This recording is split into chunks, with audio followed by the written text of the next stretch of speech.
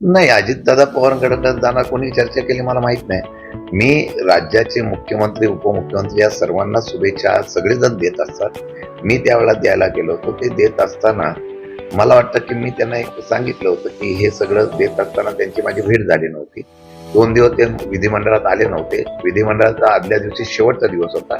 म्हणून मी त्यांना त्यांच्या पीएना वेळ मागितली. त्यावेळेस शुभेच्छा देण्यासाठी गेलो होतो.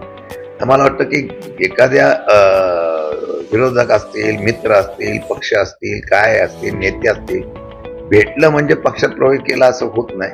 आणि पक्षात प्रवेश करण्याचा शरद पवार साहेब आमच्या बरोबर आहेत. त्यांचा काय निर्णय होईल त्यावेळेला आम्ही त्यांच्यावर बांधील आहोत.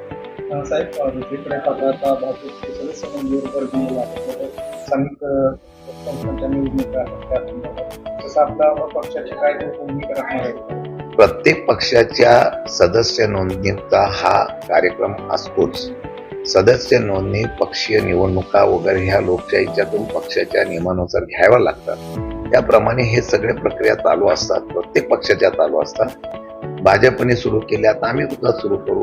त्यामुळे वेगळं काय असं मला वाटत नाही. त्यामुळे प्रत्येक जण आता येणाऱ्या काळामध्ये कशा पद्धतीने हे करायचं याचा विचार करून निश्चितपणाने करतील.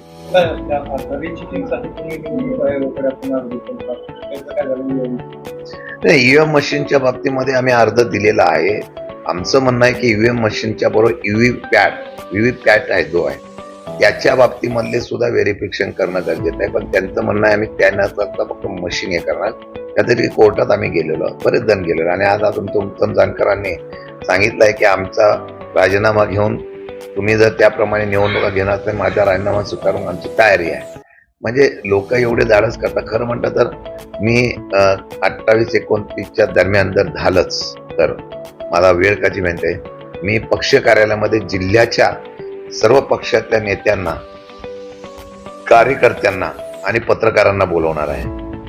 ईव्हीएम मशीनच्या बाबतीमधल्या ज्या काही शंका आहेत त्यामध्ये काही तरुणांनी पुढाकार घेतलेला आणि ईव्हीएम मशीन कशी हॅक करतात, कशा पद्धतीने हे मशीन ऑपरेट केलं जातं ते प्रात्यक्षिक दाखवतात.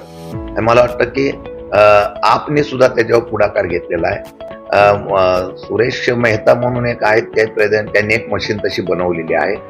मी ती स्वतः साताऱ्यामध्ये त्याची आपण सर्वांच्या तुमच्या उपस्थितीमध्ये ते प्रेझेंटेशन देणार आहे. जे शंकेला कारण आहे त्याला दुजोरा देणार आम्ही प्रत्यक्ष काल पण पक्षाच्या कार्यालयामध्ये या बाबतीमधलं त्यांनी प्रेझेंटेशन केलं.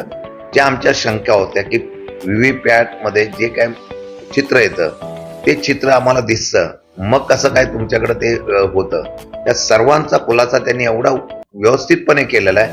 त्यामुळे ईव्हीएम मशीनच्या बाबतीमध्ये शंका येऊ शकते अशा प्रकारचं हे आहे.